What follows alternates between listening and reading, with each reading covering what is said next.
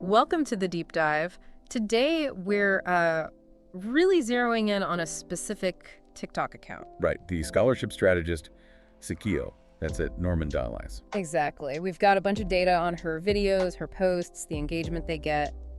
And the plan is really to figure out the connection, what she's saying, and how are people reacting. Yeah, what makes the audience tick? We want to link the actual spoken content in those TikToks to the likes, the shares, the comments, all of it. See what works, basically. Pull out some, actionable insights for anyone trying to create similar content. And the data's pretty detailed. We have the overall profile stats, sure, but also data for individual posts. We can see the captions, sometimes snippets of what's said in the video, and then those performance numbers. It's a good setup for analysis. You can see a video talking about, say, early applications, and then immediately see how many shares or saves it got. And she covers a lot, doesn't she? It's not just high school seniors. No, not at all.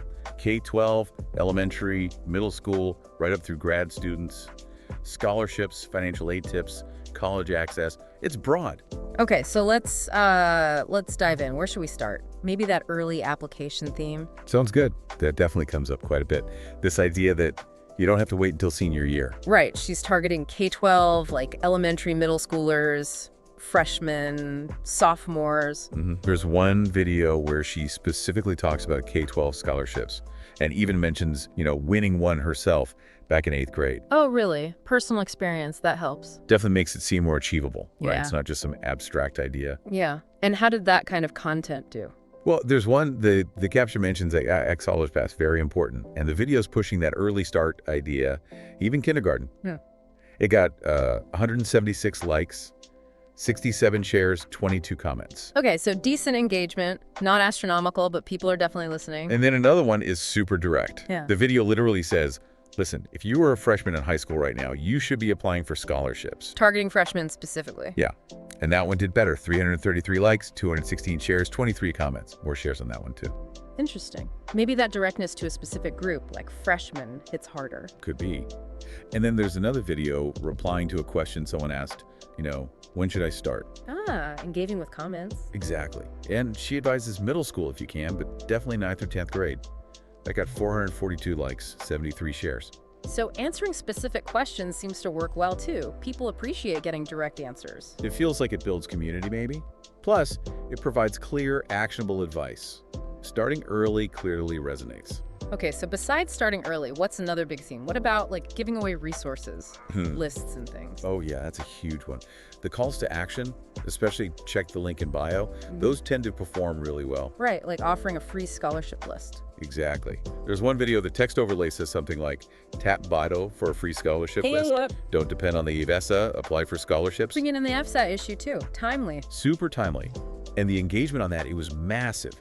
23,200 likes, nearly 8,000 shares, 158 comments. Wow, okay. So that's a clear winner. Free list plus urgency around FAFSA delays. It's a perfect storm, really. People clearly saw that as super valuable. The share number alone tells you that. Definitely. Anything else like that? Webinars or other resources? Yep, there's one promoting a scholarship webinar. Caption says, sign up for my upcoming scholarship webinar, Suo. The video encourages signups and again, mentions free lists in the bio. How did that do compared to the direct list? Lower, but still strong. 333 likes, 216 shares, 23 comments. So still good engagement for promoting an event and resources. So the pattern holds. Offer something concrete. Make it easy to access. Seems like it. Even a simple tap link in profile to apply.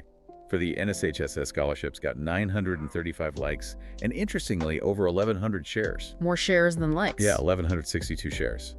Suggests people really wanted to pass that specific opportunity along quickly. So clear calls to action linked to tangible resources or specific opportunities. That's a major engagement driver. Absolutely. It's direct value proposition. Okay, let's pivot slightly. What about the AFA stuff itself? You mentioned it briefly. How did posts just about FAFSA updates do? Well, they definitely got attention. People are clearly stressed about it. Makes sense. We saw a couple of videos specifically explaining the APA's delay, and the core message was always, this is why you need to apply for scholarships now. Using the delay as a motivator for scholarships. Exactly. One video doing that got 682 likes and 261 shares. And interestingly, another one, caption was, 6 fulfill update. This is why you need to apply for more scholarships. Same message, really got the exact same numbers. Identical, 682 likes, 261 shares. Yep. Which really points to a consistent level of interest and concern about that specific issue at that time. So addressing timely, slightly stressful news directly seems to resonate. People want updates. They do. Though, interestingly, there was one video mentioning free FAFSA help from another account at Ask Wyatt. Oh, like a collaboration or shout out? Seems like it, but that one had much lower engagement. Only 52 likes, 9 shares. Huh. Why do you think that is? Maybe people prefer the advice directly from her. That's my guess. Could be trust, could be just wanting resources directly in her bio, not having to go somewhere else. Less friction, maybe. Yeah, that makes sense. Keep it simple. Okay, what about the posts highlighting specific scholarships? That seems like core content. It is, and the engagement there is all over the map. Really depends on the scholarship, I think. Like the dollar amount? Mm. Or who it's for? Both, probably. For instance, there was a video about a $20,000 Kaylee Mills scholarship. The video mentioned it focused on leadership, ambition, seatbelt safety. Okay, specific criteria. Right, and that one did really well. 3,010 likes and a huge 3,342 shares. Again, shares outpacing likes. People must have seen that and immediately thought of someone specific. Very likely. The high value and clear focus probably helped it stand out.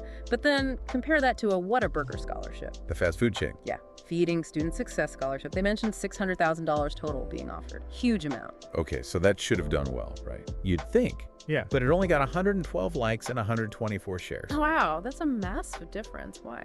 Any ideas? Maybe the Whataburger one felt broader, less targeted. That's possible. Or maybe the way it was presented. Hard to say for sure without seeing the exact video again, but the specificity of the Kaylee Mills one seemed to connect better. Interesting. What else? Any for specific groups? Yeah, there was the Aspire Leaders program aimed at low-income and first-gen students. That got 638 likes, which is decent, but only 16 shares. Low shares again. Maybe niche appeal, relevant to those who liked it, but maybe not something they felt compelled to share broadly. Sounds plausible. Then you have HBCU scholarships. Cream of Nature Legacy one got about 196 likes, 113 shares. Okay. And a McDonald's Thurgood Marshall College Fund one for HBCU students did a bit better. 342 likes, 274 shares. So definite interest within that community. It shows targeting works when you hit the right group. Absolutely. And then just a few others. A Tallow $2,000 scholarship video mentioned no essay, got over 1,100 likes, 424 shares. The no essay part is probably key there. Easy application is always appealing. Totally. Chick-fil-A Community Scholarship, big name recognition that one got huge numbers. 400 and 441 likes, 300 and 252 shares. Brand power helps. Seems like it. Yeah. And then a niche $50,000 no essay one showed up a couple of times with pretty different results, suggesting maybe how it's framed or when it's posted really matters. Right. So featuring specific scholarships works, but the type of scholarship and maybe how it's presented really influences the reaction. Exactly. High value, unique criteria, specific target groups, ease of application, brand recognition, all seem to play a role. Okay, what about just general tips, like how to win scholarships overall? Yeah, that category seems consistently strong. People are always looking for that kind of advice. Makes sense. Any standouts? Oh, definitely. There was one video captioned, "Stop 03 tips to win more scholarships." Super catchy. What were the tips? Things like applying locally, focusing on scholarships related to your major or interests, and crucially, reusing essays. Practical stuff. Very practical.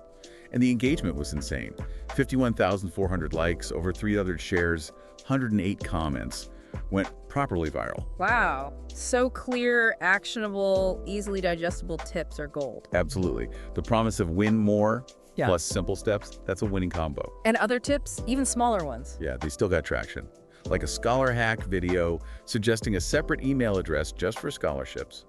293 likes, 72 shares. Yeah. Useful, practical. Okay. Or a video demonstrating how to write a scholarship thank you note, 715 likes, but fewer shares, only 20.